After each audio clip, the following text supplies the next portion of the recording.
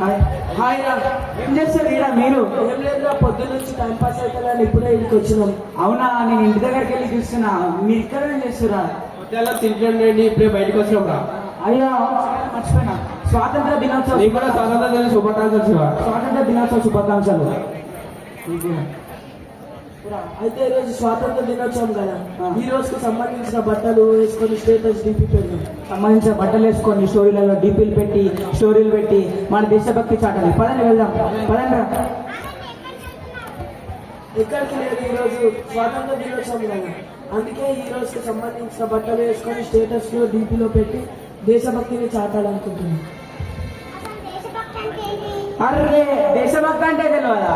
దేశభక్తి అంటే ఏం లేదు చెల్లి, ఆరో సంబంధించిన బట్టలు వేసుకొని స్టోరీలలో డీపీలలో స్టేటస్ పెట్టుకొని మన దేశభక్తి చాటడమే దేశభక్తి. అది కూడా తెలియదా? సరే పదంగా మనం వెళ్దాం.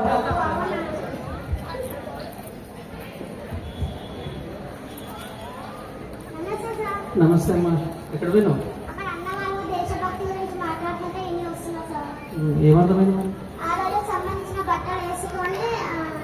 ఫోటో దిగి వాట్సాప్ లో డీపీలో స్టేటస్ పెట్టాలని అనుకుంటున్నారు, అది నిజమేనా సార్? దేశభక్తి అంటే ఏందనేది మీ చిట్టుబుర్రకు డౌట్ వచ్చిందా? పెద్ద డౌట్. సో దేశభక్తి అంటే దేశాన్ని ప్రేమించడం. సరే, ఏం చెప్తే ఏముంది, మనం చూద్దాం ఏం చెప్తారు దేశభక్తి అంటే.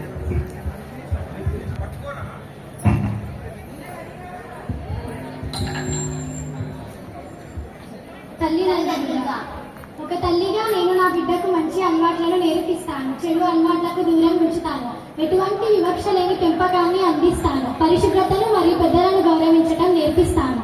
ఒక తండ్రిగా నా బిడ్డకు సౌకర్యాలను అందిస్తాను, తన ఎదుగుదలకు అవసరమైన సౌకర్యాలను అందిస్తాను. ఇదే మా దేశభక్తి.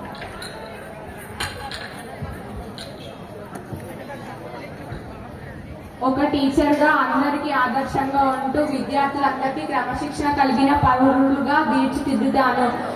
విద్యార్థులందరూ తల్లిదండ్రుల్ని, ఉపాధ్యాయుల్ని, పెద్దలందరినీ గౌరవించేలా నేను తీర్చిదిద్దుతాను. విద్యార్థులందరూ రకరకాల అభివృద్ధిలలో అభివృద్ధి చెందాలని నేను తోడ్పడతాను. ఇదే నా దేశానికి చేసే గొప్ప సేవ, ఇదే నా దేశభక్తి. ఒక ఇంజనీర్గా దేశాభివృద్ధిలో నా తోడ్పాటును అందిస్తూ నిష్ఠతో నిర్మాణాలు దృఢంగా నిర్మిస్తాను. ఇందులో ఎటువంటి స్వార్థానికి, అవినీతికి అవకాశం ఇవ్వను. ఇదే నేను నా దేశానికి చేసే గొప్ప సేవ, ఇదే నా దేశభక్తి. నేను ఒక డాక్టర్గా నేను నా దగ్గరికి వచ్చే రోగులకు సరైన వైద్యాన్ని అందించి వారిలో ధైర్యాన్ని నింపి వారి ఆరోగ్యం బాగుండేలా ప్రయత్నిస్తాను. ప్రజలు బాగుంటే దేశం బాగుంటుంది. డాక్టర్గా ఇదే నేను దేశానికి చేసే గొప్ప సేవ, ఇదే నా దేశభక్తి. ఒక పోలీస్గా సమాజంలో చట్టపరంగా శాంతి భద్రతలు ఉండేలా చూస్తూ ప్రజలకు సహాయ సహకారాలు అందిస్తూ ప్రజలు నిర్భయంగా ఉండేలా ప్రయత్నిస్తాను. స్వార్థానికి, ఒత్తిళ్లకు లొంగకుండా నిజాయితీగా పనిచేస్తాను. ఇదే నా దేశభక్తి. నేను ఒక కలెక్టర్ని, ఒక జిల్లాకే అధికారిని. జిల్లాలోని రకరకాల సమస్యలు పరిష్కరిస్తూ ప్రజలకు అందుబాటులో ఉంటూ బలహీనులకు అండగా ఉంటూ ఎలాంటి స్వార్థానికి కానీ ఒత్తిడికి కానీ తావు లేకుండా కేంద్ర మరియు రాష్ట్ర పథకాలు ప్రజలకు అందేలా చూస్తూ తద్వారా జిల్లా, రాష్ట్ర మరియు దేశాభివృద్ధికి కృషి చేస్తాను. ఇది నా దేశభక్తి. నేను ఒక వ్యాపారిగా నేను ప్రజలందరికీ నాణ్యమైన వస్తువులు, సరుకులు అందుబాటులో ఉండేలాగా ప్రయత్నిస్తాను.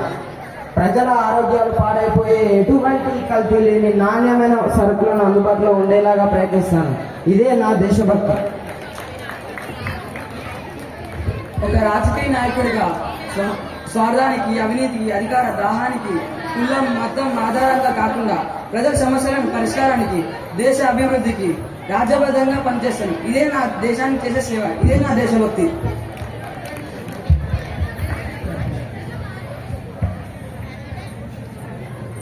అర్థమైందా అన్న? సో మరి నీ సంగతి ఏంటి? ఒక విద్యార్థిగా నేను మా తల్లిదండ్రులని, ఉపాధ్యాయులని, పెద్దలందరినీ గౌరవిస్తాను. ఉపాధ్యాయులు చెప్పిన సూచనలన్నింటినీ పాటిస్తాను. బాగా చదువుకొని పరీక్షలు బాగా రాస్తాను. అన్ని కార్యకలాపాల్లో పాల్గొంటాను. ఇదే నా దేశభక్తి. ఓహో, ఇదే నా దేశభక్తి. ఇన్ని రోజులు తప్పుగా అర్థం చేసుకున్నాము మేము.